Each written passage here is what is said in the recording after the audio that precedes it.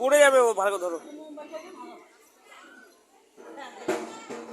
জলটাকে একটু সরিয়ে নাও, দিয়ে ওর ইয়ে দাও, ও স্লিম না মারে যেন, ওই দিকটা। হ্যাঁ, শুকনো যা, শুকনো।